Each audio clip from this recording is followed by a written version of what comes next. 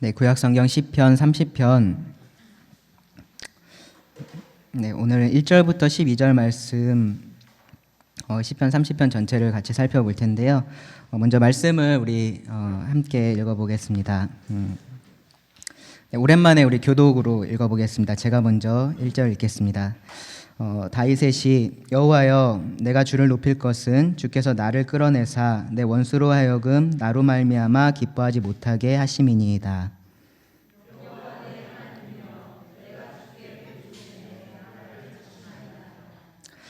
여호와여, 주께서 내 영혼을 스올에서 끌어내어 나를 살리사 무덤으로 내려가지 아니하게 하셨나이다.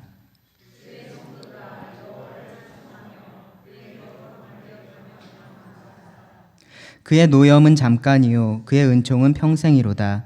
저녁에는 울음이 깃들일지라도 아침에는 기쁨이 오리로다.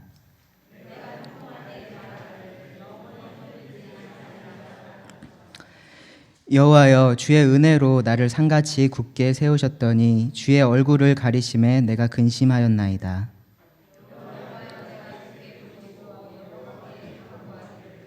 내가 무덤에 내려갈 때 나의 피가 무슨 유익이 있으리요. 진토가 어떻게 주를 찬송하며 주의 진리를 선포하리이까.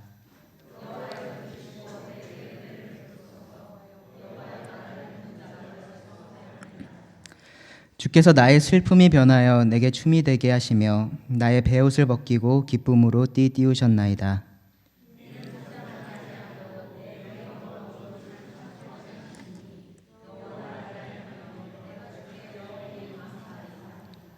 네, 감사합니다.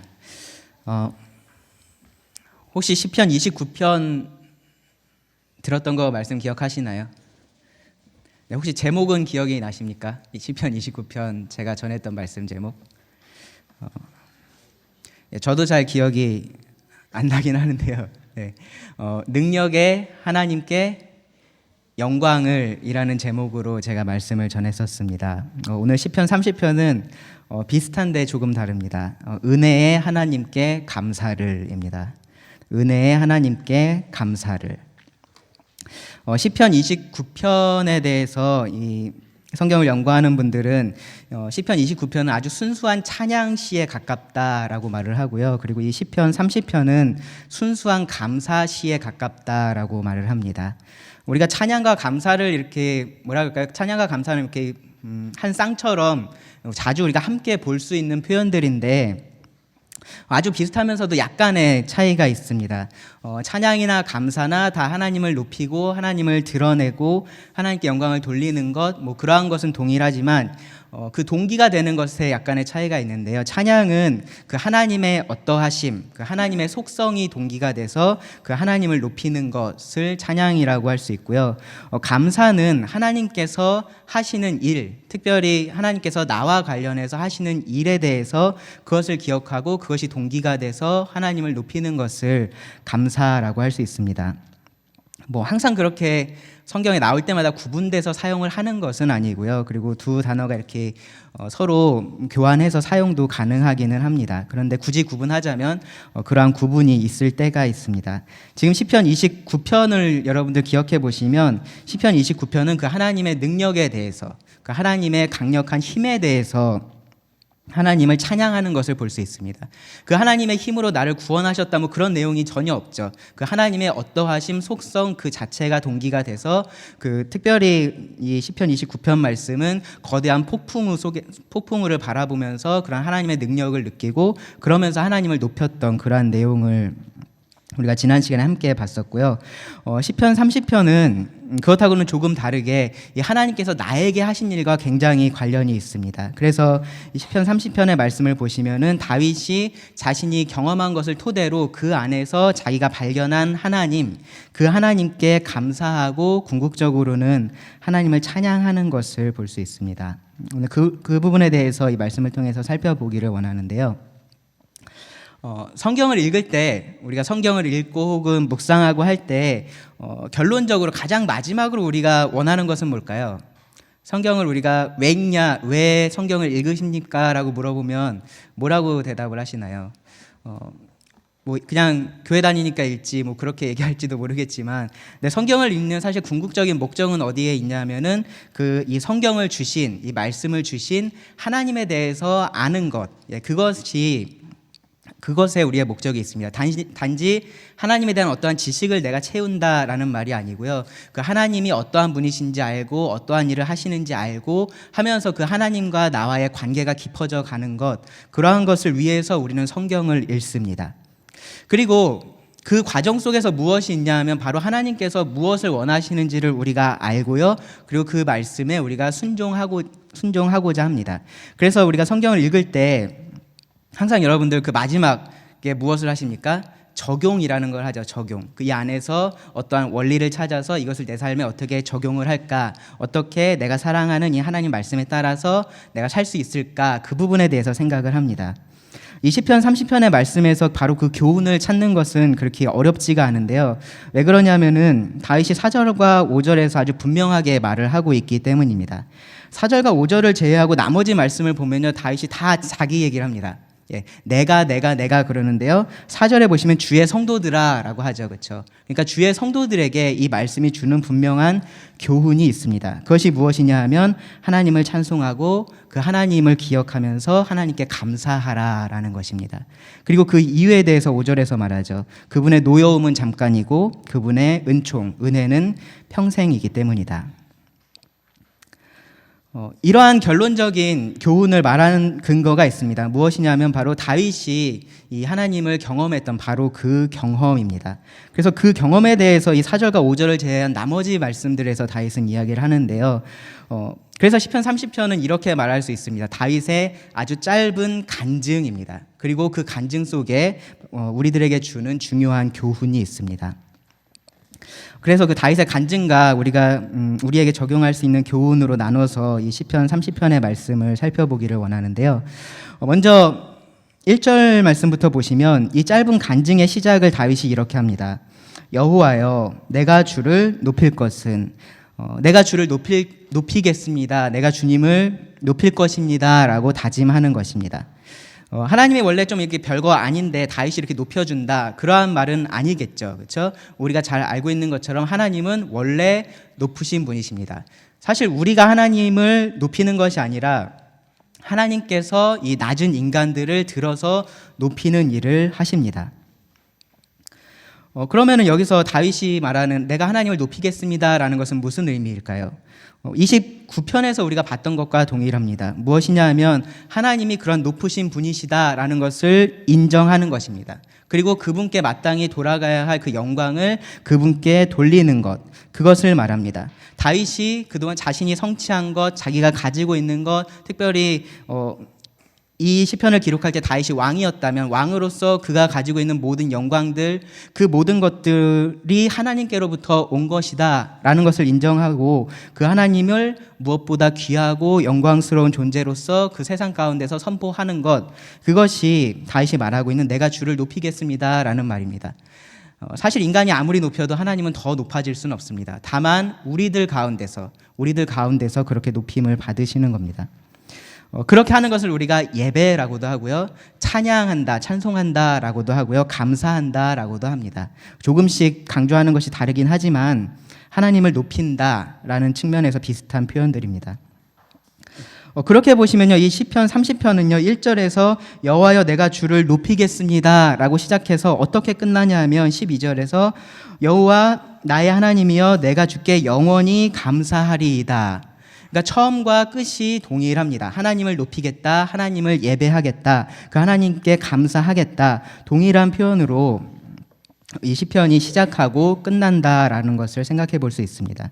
그래서 이 시편의 핵심은요 무엇이냐 하면 바로 하나님을 높이는 것, 하나님을 찬송하고 감사하는 것, 그것이 다윗이 이 짧은 간증을 통해서 결론적으로 하고 싶었던 말입니다. 말씀을 조금 더 보시면 주를 높이겠다라고 말하는 이유에 대해서 설명을 합니다. 여호와여 내가 주를 높일 것은 주께서 나를 끌어내사 내 원수로 하여금 나로 말미암아 기뻐하지 못하게 하심이니이다. 여기 끌어낸다라는 표현이 있죠. 끌어낸다. 이 어느 때 사용하는 표현이냐면은 우물에서 지금은 여기 아마 어린 학생들은 해본 적이 없을 텐데 어르신들은 많이 하셨을 거예요. 우물에서 물을 이렇게 길어낸다 그러죠, 그렇죠? 그러니까 그 두레박을 내려서 물을 이렇게 길어내는 것, 그러한 표현입니다. 마치 다윗이 지금 우물 속에 들어가 있고 하나님께서 그 우물 속에 갇혀 있는 다윗을 끌어내는 것처럼 다윗이 생각을 하고 있습니다. 3절 말씀해 보시면 끝에쯤에 나를 살리사 무덤으로 내려가지 아니하게 하셨나이다 라는 말이 있는데요. 여기 나오는 이 무덤이 다르게 번역을 하면은 웅덩이 혹은 우물로서도 번역을 할 수 있습니다. 물론 여기 말씀에서는 무덤으로 번역을 하는 것이 맞는데요.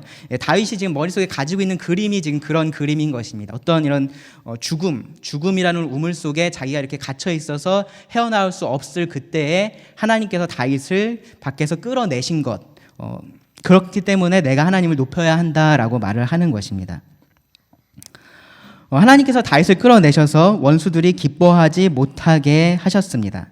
내 원수로 하여금 나로 말미암아 기뻐하지 못하게 하심이니, 그 말은요, 다윗이 처한 상황이요, 그 원수들이 그것을 볼 수 있었고 동시에 그것이 그 원수들에게는 기쁨이 될 만한 일이었다라는 것입니다. 다윗은 어떤 상황에 있었을까요? 죽음이라는 그러한 우물에 빠져 있었습니다. 3절에 보시면 여호와여 주께서 내 영혼을 스올에서 끌어내어 나를 살리사 무덤으로 내려가지 아니하게 하셨나이다. 스올, 죽은 자들이 머무는 그러한 공간입니다. 무덤도 마찬가지죠. 그래서 다윗은 지금 다윗이 실제로 죽었다라는 말은 아닙니다. 그렇죠? 다윗이 실제로 죽었는데 하나님께서 다윗을 부활시켰다, 그런 말은 아니고요. 다윗이 그렇게 죽음에 가까이 있었다라는 말입니다. 정말로 내가 이제 정말 곧 죽겠구나 라고 생각할 그러한 상황, 다윗뿐만 아니라 다른 사람들도 다윗을 보면서 다윗이 이제 곧 죽겠구나 라고 생각할 만한 그러한 상황 속에 다윗이 처해 있었는데 하나님께서 그 다윗을 거기서 건져내셨다, 살리셨다라는 말입니다. 우리가 죽음에 임박한 그런 상황은 사실 여러 가지를 생각해 볼 수 있습니다. 어떤 질병에 걸려서 그런 죽음에 대해서 생각하게 될 때가 있을 수도 있고요. 다윗 같은 경우는 항상 전쟁을 하던 사람이었기 때문에 전쟁에 나갔다가 심한 상처를 입어서 그렇게 죽음에 가까이 이르렀을 수도 있습니다. 아니면은 나이가 정말로 다윗이 많이 들어서 이제 더 이상 내가 살지 못하겠구나라고 생각하는 그러한 시점이었을 수도 있습니다. 아니면요, 시편에서 가끔씩 이러한 죽음을 깊은 영적인 침체로 비유를 하기도 하는데요. 어쩌면 그러한 영적인 침체에 대한 표현일 수도 있습니다. 그런데 2절 말씀 끝에 보시면은 다윗이 이런 말을 하는데요. 내가 주께 부르짖음에 나를 고치셨나이다. 아팠다가 나았다라는 얘기죠. 고치셨나이다. 그리고 3절과 9절에서는 실제적인 죽음에 대해서 다윗이 말을 하고요. 그리고 원수들이 이 다윗이 실제로 어떻게 되어가고 있는지 그들이 볼 수 있었고 그들이 기뻐할 수 있었다라는 것을 생각해 보면 아마 눈에 보이지 않는 영적인 침체라기보다는 실제적으로 눈에 보이는, 그리고 어떤 순간적으로 다치고 그런 것보다는 지속적인 어떤 질병이라고 보는 것이 더 맞을 것 같습니다. 어쨌든요, 이 시편에서 다윗은 이 자신이 어떻게 해서 그러한 상황에 들어가게 됐는지, 그 원인이, 구체적인 원인이 무엇인지는 밝히지 않습니다. 왜 그러냐면은 다윗이 내가 얼마나 힘들었는지 좀 이해 좀 해달라, 내가 얼마나 그렇게 고통스러웠는지 좀 공감해달라, 그러한 목적으로 이 시편을 쓴 것이 아니기 때문입니다. 오히려 다윗이 정말로 원했던 것은요, 무엇이냐면은 4절과 5절에서 볼 수 있는 것처럼 이 모든 하나님의 성도들이 체험할 수 있는 하나님의 그러한 은혜로운 속성, 그것을 자신이 이렇게 경험을 했고 그렇기 때문에 우리가 함께 하나님을 찬양하자라는 데 초점이 있습니다. 그것을 자기가 깨달은 것이 바로 이 죽음에 가까이 이르렀던 그 상황이었기 때문에 이러한 상황을 언급을 합니다. 이 죽음을 생각해야 했던 그런 상황 속에서 다윗의 대적들은 그것을 알고 있었습니다. 그리고 기뻐했습니다. 그때 2절에 보시면 다윗이 내가 주께 부르짖음에 나를 고치셨나이다. 하나님께서 다윗을 구하셨습니다. 한번 실제로 이런 일들이 여러분들에게 일어났다라고 한번 가정해 보십시오. 내가 그렇게 나의 주변에 믿지 않는 친구들이 많이 있고 그럴 때 내가 어떠한 병에 걸렸을 때 혹은 나에게 어떤 안 좋은 일이 닥쳤을 때 그 하나님을 모르는 친구들은 봐라 뭐 예수님 믿고 하나님 믿고 뭐 교회 열심히 나가봤자 별다른 거 하나도 없지 않냐 지금 네 모습을 봐라 라고 그렇게 조롱할 수 있습니다. 그러한 말들을 들으면서 나 자신도 때로는 하나님께서 정말로 나를 잊으셨나 그러한 마음이 들 수도 있고요. 또 그러한 사람들을 향해서 정말로 억울한 마음이 많이 생길 수도 있습니다. 그러한 것이 육체적인 그러한 약함과 함께 찾아오면은 그리스도인에겐 정말로 힘든 그러한 상황이 됩니다. 그러한 상황에 있을 때 그러한 상황에서 하나님 저를 좀 도와주십시오. 하나님 저를 이 수렁에서 건져주십시오 라고 구한 것입니다. 그런데 하나님께서 그 기도를 들으셨습니다. 어떨까요? 정말로 그 마음속에 하나님 감사합니다 그런 마음도 있겠지만 또 다른 사람들을 생각해 보면 뭔가 이렇게 통쾌하지 않겠습니까? 나에 대해서 사람들이 넌 다 끝났어, 넌 이제 끝이야, 하나님 믿어봤자 아무 소용없어 라고 말하던 그 사람들에게 봐라 내가 믿는 하나님이 이렇다라고 말할 수 있기 때문에 그러한 통쾌한 마음이 아마 들었을지도 모릅니다.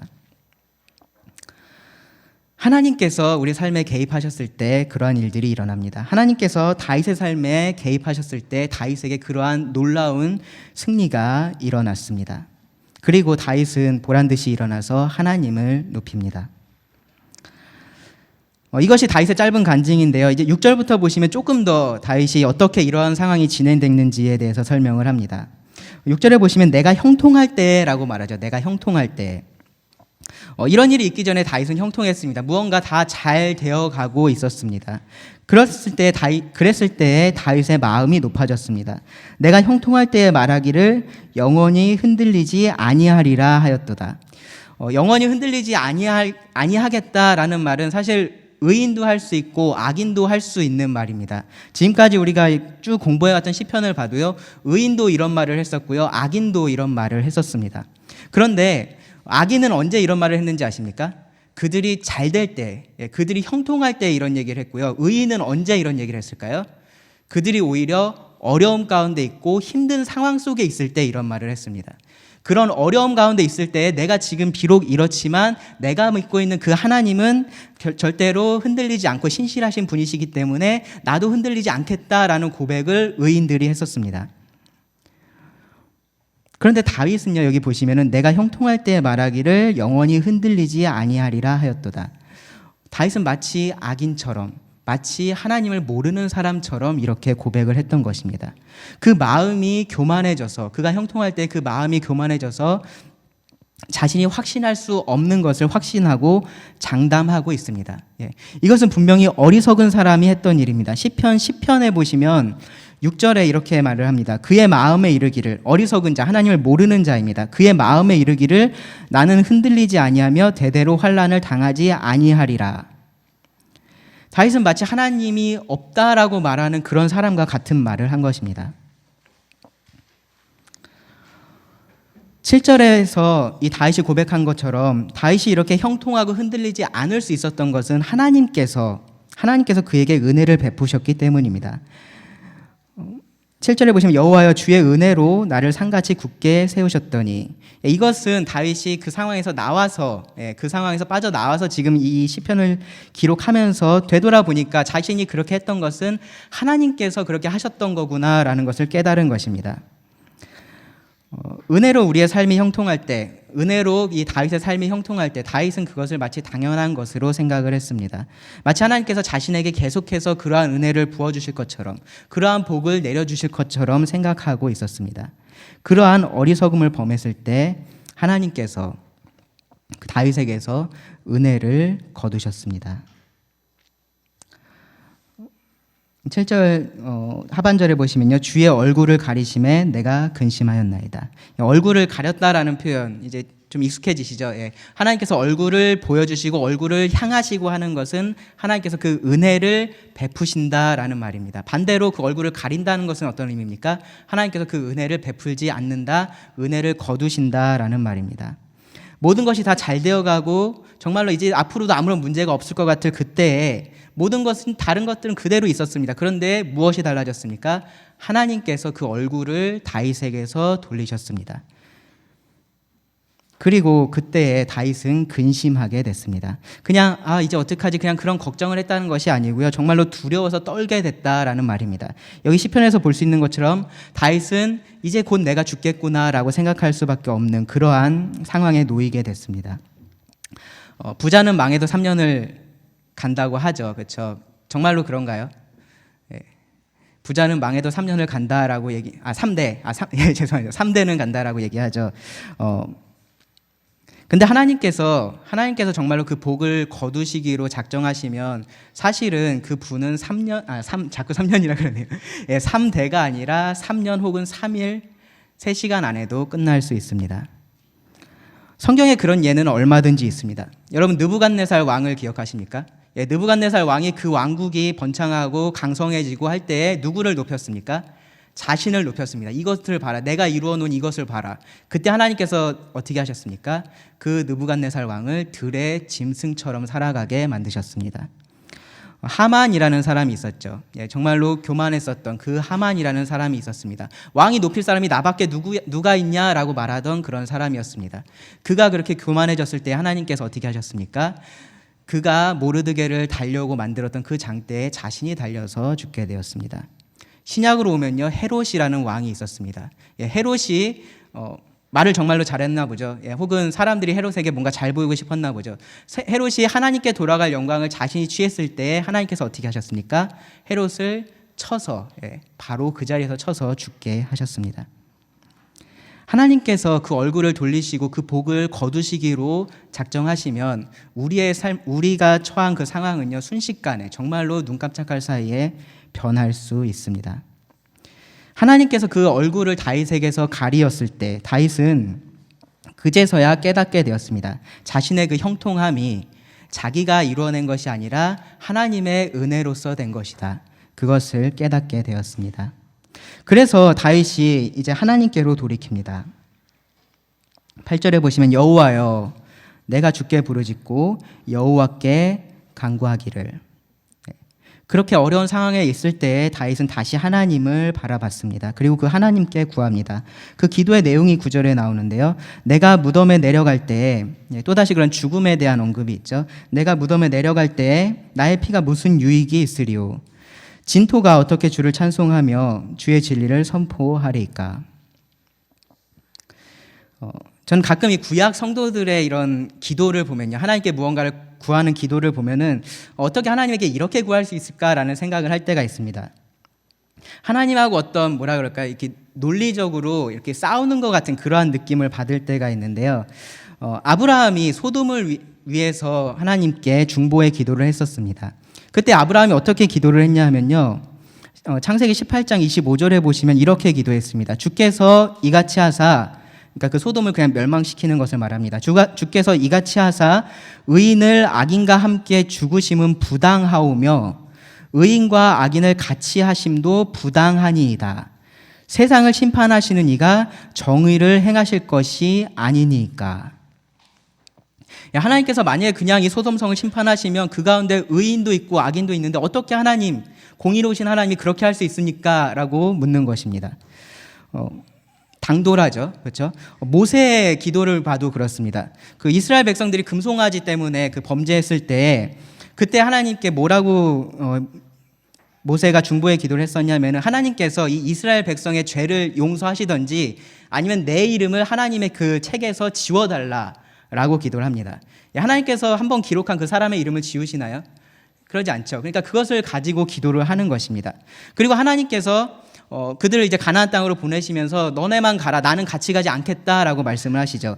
그때 모세가 어떻게 기도를 했냐면 출애굽기 33장 16절에 보시면 나와 주의 백성이 주의 목전에 은총 입은 줄을 무엇으로 알리까? 주께서 우리와 함께 행하심으로 나와 주의 백성을 천하 만민 중에 구별하심이 아니니까 라고 묻습니다. 하나님, 저희만 올라가면 하나님께서 우리들에게 그렇게 은혜를 주신다라는 것 도대체 사람들이 어떻게 알 수 있겠습니까? 라고 묻는 것입니다. 에스라가요, 그 백성들과 함께 포로 생활에서 돌아올 때도 그때 그 왕의 군대의 도움을 청하지 않고 자신은 하나님의 보호하심을 받겠다라고 그렇게 말을 합니다. 그러면서 그 하나님의 보호하심을 구하면서 그 이유로 말했던 것이 무엇이었냐면은 자기가 평소에 그 왕에게 뭐라고 가르쳤었냐면은 하나님은 자기를 찾는 자에게는 선을 베푸시는 분이시다. 그리고 자기를 대적하는 자를 심판하시는 분이시다. 그러한 것을 자기가 가르쳤다라는 것입니다. 그렇기 때문에 지금 이 길에 왕의 군대가 아니라 하나님께서 우리를 보호하셔야 한다라고 기도를 합니다. 이게 직접적으로 말하진 않았지만 사실 어떠한 의미가 그 안에 숨어져 있습니까? 만약에 하나님께서 이 길에서 우리를 보호하지 않으시면 하나님은 그 자기를 찾는 자들을 보호하시는 분으로서 이들 가운데서 드러날 수 없다라고 말하는 것입니다.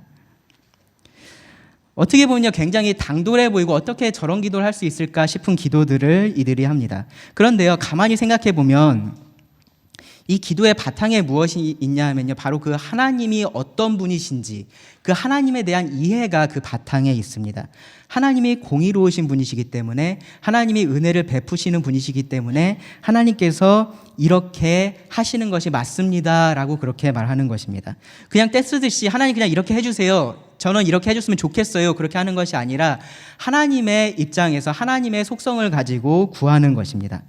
이 다윗의 기도도 비슷합니다. 그리고 이런 비슷한 기도를 우리가 또 어디서 찾을 수 있냐면요, 이 히스기야 왕의 기도에서 찾을 수 있습니다.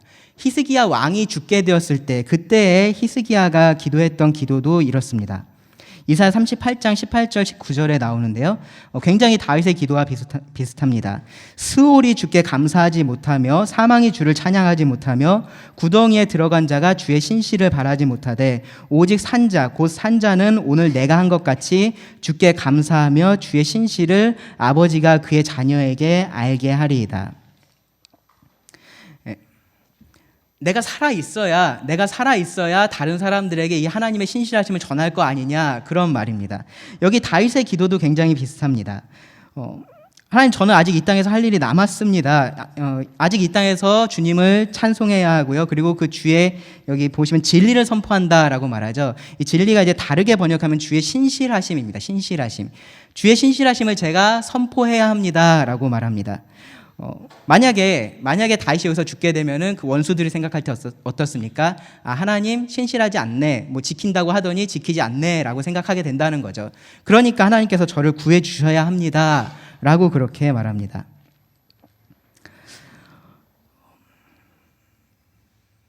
근데 이러한 기도들을 하면서 다윗이 그 마음속에 가지고 있었던 생각이 있습니다. 무엇이냐 하면, 그러니까 내가 그렇게 구할 수 있다라는 것, 내가 지금 이 상황 속에서 하나님께서 이렇게 하시는 것이 하나님의 뜻 아닙니까? 라고 말할 수 있다는 것은 압니다. 그런데 결국은 모든 것이 하나님의 뜻에 달려 있다라는 것을 다윗이 알고 있습니다. 그래서 10절에 보시면 다윗이 이렇게 기도합니다. 여호와여 들으시고 내게 은혜를 베푸소서. 여호와여 나를 돕는 자가 되소서 하였나이다. 은혜를 구합니다. 하나님께서 내 기도를 듣는 것, 그리고 나를 도와주시는 것, 그것이 하나님의 은혜로서 된다라는 것을 다윗이 인정하고 있는 것입니다. 다윗보다 하나님은 훨씬 더 많은 것을 알고 계시고요, 훨씬 더 많은 것을 지금 보고 계십니다. 그 하나님께서 자신의 뜻대로 행하실 수 있습니다. 그렇기 때문에 다윗은 하나님, 이것이 하나님의 뜻이 아닙니까? 하나님, 제 삶 속에서 그 뜻을 이루어 주십시오라고 은혜를 구하는 것입니다. 높아져서 하나님의 은혜를 당연한 것으로 여기고 있는 것이 아니고요, 이제는 낮은 자로서 하나님의 은혜를 구합니다. 하나님은 교만한 자는 물리치시지만 누구에게 은혜를 주십니까? 겸손한 자에게는 은혜를 주십니다. 하나님께서 은혜를 주셨나요? 11절에 보시면 주께서 나의 슬픔이 변하여 내게 춤이 되게 하시며 나의 베옷을 벗기고 기쁨으로 띄우셨나이다. 하나님께서 은혜를 베푸셨습니다. 그에게 다시 그 얼굴을 비추셨습니다. 그랬을 때 모든 것이 극적으로 변했습니다. 다윗이 형통할 때 하나님께서 그 은혜를 거두셨을 때 모든 것이 극적으로 변했던 것처럼 다시 한번 하나님께서 그 은혜를 베푸셨을 때 모든 것이 극적으로 변했습니다. 여기 슬픔이 변했다 그랬죠. 슬픔. 일반적인 슬픔도 얘기하는데요. 많은 경우에 어떤 슬픔이냐면은 누군가가 죽어서 애도하는 슬픔을 말합니다. 뒤에 베옷 언제 입나요? 장례식에서 입습니다. 다윗은 그러한 죽음의 상황, 그러한 극심한 고통의 상황, 슬픔의 상황에 자신이 있었다라고 말하는 것입니다. 그런데 하나님께서는 어떻게 하신 것입니까? 그 다윗의 그 장례복을 벗기시고 대신에 어떤 옷을 입히셨습니까? 축제의 옷, 파티복을 입히셨습니다. 기쁨의 띠를 다윗에게 두르셨습니다. 그가 다시 하나님 앞에서 춤출 수 있게 그렇게 세우셨습니다. 하나님의 은혜가 그렇습니다. 어설프지 않습니다. 슬프진 않은데 그렇게 기쁜 것도 아니고 상황이 지금 변한 건가 안 변한 건가? 그러지 않습니다. 하나님께서 개입하셔서 하나님께서 은혜를 주신다면 모든 것이 이렇게 변합니다. 우리 영혼에 하나님께서 찾아오셨을 때 우리가 어떻게 변했습니까? 완전히 변했습니다. 우리가 새로운 피조물이 되었습니다. 상상할 수 없는 일들이 우리들에게 일어났습니다. 다윗에게도 그러한 일이 일어납니다.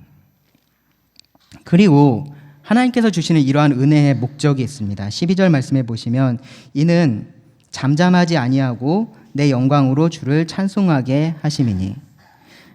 하나님께서 은혜를 베푸시는 궁극적인 목적, 하나님을 찬양하고 하나님께 감사하는 그것입니다.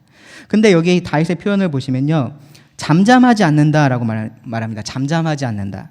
하나님께서 하신 일에 대해서 잠잠하는 것, 그것에 대해서 아무 말도 하지 않는 것, 그것은 하나님의 영광을 내가 취하는 거죠. 그렇죠? 그렇습니다. 그렇기 때문에 다윗이 잠잠하지 않는다라고 말합니다. 그래서 내 영광으로 사람들이 볼 땐 다윗의 영광처럼 보일 것입니다. 그런데 그것을 누구에게 돌려드립니까? 하나님에게. 그래서 하나님을 찬송하는 것, 하나님을 높이는 것, 그것이 다윗이 그 생의 다짐으로 삼은 것입니다. 그래서 12절의 끝이 이렇습니다. 여호와 나의 하나님이여 내가 주께 영원히 감사하리이다. 하나님의 은혜가 내 평생에 있기 때문에 나도 내 평생에 그 하나님께 감사하겠다라는 것입니다. 다윗의 간증입니다. 자, 그럼 우리가 배울 수 있는 교훈은 4절과 5절에 나옵니다. 4절과 5절 간단한데요. 4절에서는 실제적인 명령을 주고 있고요. 5절에서는 왜 그러한 명령을 하는지의 이유에 대해서 말합니다. 먼저 그 이유에 대해서 생각을 해보면요. 5절에서 그의 노염은 잠깐이요 그의 은총은 평생이로다. 저녁에는 울음이 깃들일지라도 아침에는 기쁨이 오리로다. 굉장히 아름다운 표현이죠. 그렇죠? 굉장히 시적인 표현입니다. 하나님은 진노의 하나님이기도 하시고요, 은혜의 하나님이기도 하십니다. 무엇 하나가 하나님의 전부를 말하지 않고요, 그 둘이 다 하나님을 설명하고 있습니다. 하나님은 둘 다 가지고 계십니다. 어떤 상황 속에서는 이것이 더 드러나고 어떤 상황 속에서는 저것이 더 드러나고 그러한 차이가 있을 뿐입니다. 다윗이 지금 이 말을 누구에게 하고 있습니까? 4절에 보시면 주의 성도들에게 이 말을 하고 있습니다. 하나님의 백성들, 낮은 자들에게 이 말을 하고 있습니다. 하나님의 노하심은 짧고 그분의 은총은 깁니다. 지금은 내가 비록 슬퍼할 만한 그러한 상황에 있지만 결국 하나님은 우리에게 기쁨을 주실 것입니다. 그 부분에 대해서 다윗뿐만 아니라 이 성도들은 모두 다 공감할 수 있습니다. 그 당시의 성도들만 그런 것이 아니고요, 오늘날을 살고 있는 우리들도 이 하나님을 섬기는 자라면, 하나님의 성도들이라면 누구나 이 말에 아멘으로 화답할 수 있습니다. 혹시 지나온 내 삶을 가만히 돌이켜보면 하나님 진짜 못됐어, 그렇게 혹시 진심으로 고백하실 수 있는 분 계십니까? 정말로 하나님을 제대로 섬긴 사람이 내가 평생 이런 신을 섬겼다니 나 진짜 헛살았어, 아무도 그렇게 말할 수 없습니다. 왜냐하면 하나님이 그런 분이 아니셔서 그렇습니다. 만약에 정말로 그러한 느낌을 받고 계시다면요, 내가 섬기고 있는 이 하나님이 정말로 성경에서 말하는 하나님인지 점검해 보셔야 합니다. 왜냐하면 하나님은 노하기는 더디하시고 그 은혜가 풍부하신 분이시기 때문입니다. 그 인자하심이 크신 분이시기 때문입니다. 우리에 대해서는 계속해서 오래 참으시는 분이시고요, 긍휼을 베푸시는 그러한 분이시기 때문입니다. 사랑 많으신 아버지로 우리를 돌보는 분이 성경에서 말하는 하나님이시기 때문입니다. 그래서요, 여기서 사실은 다윗이 그의 노염은 잠깐이다라고 얘기를 했는데, 사실은요, 이 하나님의 노염도 하나님의 은혜가 드러나는 모습 중에 하나입니다. 다윗의 상황을 생각해 보시면 다윗이 교만해져서 하나님을 떠날 그때에 하나님께서 그에게서 은혜를 거두심으로써 다윗을 회개하고 다시 돌이킬 수 있게 하신 거잖아요. 그렇죠? 그러니까 이 노여움도 하나님께서 그 은혜를 보여주시는 방법입니다. 하나님은 은혜를 베푸십니다. 모든 사람에게 동일하게 일반적인 은혜를 주기도 하시고요. 특별히 선택한 사람들에게 특별한 은혜를 주시기도 합니다. 모든 사람들에게 비를 주십니다. 그리스도인의 밭에만 비가 오지 않습니다. 모든 사람에게 동일하게 햇빛을 내려주십니다. 하지만 모든 사람을 구원하지는 않으십니다. 구원받은 자들은 하나님의 특별한 은혜를 받은 사람들입니다. 구원받을 때뿐만 아니고요. 그 이후의 삶에서도 하나님은 계속해서 은혜를 주십니다. 우리의 삶이 우리가 하는 모든 것이, 우리가 할 수 있는 모든 것이, 우리가 가지고 있는 모든 것이 하나님의 은혜입니다. 그렇기 때문에 4절과 같이 말할 수 있습니다. 주의 성도들아, 주의 성도들아, 여호와를 찬송하며 그의 거룩함을 기억하며 감사하라. 여호와를 찬송하며 그의 거룩함을 기억하며 감사하라. 여기 거룩함을 기억하며 감사하라라고 말을 하는데요. 이것하고 똑같은 표현이 시편 97편 12절에 나옵니다. 나중에 한번 찾아보시기 바랍니다. 시편 97편 12절에서는 근데 뭐라고 번역이 되어 있냐면 그의 거룩한 이름으로 번역이 되어 있습니다. 그러니까 똑같은 표현인데 번역이 다르죠. 그리고 여기 시편 30편 4절 말씀도요. 이 다른 번역본들을 보시면요. 이 그의 거룩함을 기억하며가 아니고 그냥 거룩한 이름으로 번역이 되어 있습니다. 그래서 그의 거룩한 이름에 감사하라 그렇게 번역이 되어 있습니다. 이 기억하는 것하고 이름하고 무슨 관계가 있을까요? 왜 이 단어가 이렇게도 번역이 되고 저렇게도 번역이 됐을까요? 하나님께서 모세를 애굽으로 보내실 때 그때 모세가 하나님에게 묻습니다. 하나님, 제가 가면 사람들이 누가 너를 보냈냐고 물어볼 텐데 제가 뭐라고 얘기를 해야 되겠습니까? 하나님, 당신의 이름이 무엇입니까? 라고 묻습니다. 그때 하나님께서 나는 스스로 있는 자다라고 말씀하셨죠. 그렇죠? 그리고 이런 말을 덧붙이셨습니다. 출애굽기 3장 15절인데요. 하나님이 또 모세에게 이르시되 너는 이스라엘 자손에게 이같이 이르기를 너희 조상의 하나님 여호와 곧 아브라함의 하나님, 이삭의 하나님, 야곱의 하나님께서 나를 너희에게 보내셨다 하라. 이는 나의 영원한 이름이요 대대로 기억할 나의 칭호니라. 여기 대대로 기억할 나의 칭호라고 하나님께서 말씀하셨는데요. 이 말이 사실은 여기 시편 30편 4절에서 나온 그의 거룩함을 기억하며 하고 동일한 표현입니다. 여기도 또 다르게 번역을 했죠. 기억할 칭호다라고. 한번 생각해 보십시오. 지금 이제 모세가 이 하나님의 이름을 듣고 그 이스라엘 백성에게 갔습니다. 그리고 그들에게 이 하나님의 여호와의 이름을 전해줬을 것입니다. 그리고 그 이후에 어떠한 일들이 일어났습니까? 그 여호와께서 이들을 그 애굽 땅에서 능력의 힘으로 건져내셨습니다. 그 여호와께서 그들과 함께 언약을 맺으셨고요. 그 언약에 신실하게 그들을 보호하셨습니다. 그들이 광야길을 걸어가게 하셨습니다. 그리고 그들이 가나안 땅에 들어가서 그곳에서 그 큰 민족들과 싸울 때 승리할 수 있게 하셨습니다. 그들이 여호와라는 이름을 들을 때 무엇이 떠올랐을까요? 그 하나님께서 하셨던 그 일들이 떠올랐을 것입니다. 그 하나님이 어떤 분이신지가 그들에게 다시 한번 기억이 났을 것입니다. 그래서 그 이름이 그들의 기억인 것입니다. 그들이 여호와라고 말할 때 그들에게 그 하나님에 대한 기억들이, 하나님께서 하신 일들이 그들에게 떠오른 것입니다. 다윗은요, 자신이 경험한 것을 통해서 하나님이 어떤 분이신지 다시 기억하게 됐고요. 그리고 감사할 수 있었습니다. 그분의 노여움은 짧고 은총은 평생 지속된다라는 것을 그가 다시 한번 깨달을 수 있었습니다. 하나님께서 그렇게 다윗의 삶 속에서 역사해 오셨습니다. 그리고 하나님을 경험한 그 모든 사람들은 그런 동일한 기억을 가질 수 있습니다. 그 하나님의 이름에 대해서 그렇게 아름다운 기억을 가질 수 있습니다. 그리고 그러한 기억 속에 하나님께 감사하라는 것이 이 시편의 교훈입니다. 사실 하나님께서 주신 은혜에 감사한다라는 것, 우리들에게 참으로 익숙한 개념입니다. 제가 이 시간에 이렇게 막 30분씩 설명하지 않아도 여러분들 다 아시는 그러한 개념입니다. 그래서 이러한 말들이 그렇게 크게 와닿지 않으실 수 있습니다. 근데 저는 이 시편을 공부하면서 그런 생각을 해봤습니다. 정말 그것을 너무 당연하게 내가 생각하고 있는데 너무 당연하게 생각해서 너무 많이 잊고 있는 것은 아닐까? 내가 정말로 이 하나님께 얼마나 감사하고 있을까? 여러분들 정말로 여러분들 삶에서 역사하시는, 여러분들 태어나면서 지금까지 계속해서 변함없는 은혜를 베풀고 계시는, 여러분들을 그 죄 가운데서 구원하신, 그리고 지금도 여러분들 삶 속에서 그 은혜를 베풀고 계신 그 하나님께 얼마나 감사하고 계십니까? 이상하게 돌이켜보면 참 감사한 일들이 많습니다. 어느 정도 시간이 지나고 나면요, 이 일도 참 감사했었고, 이 일도 참 감사했었고.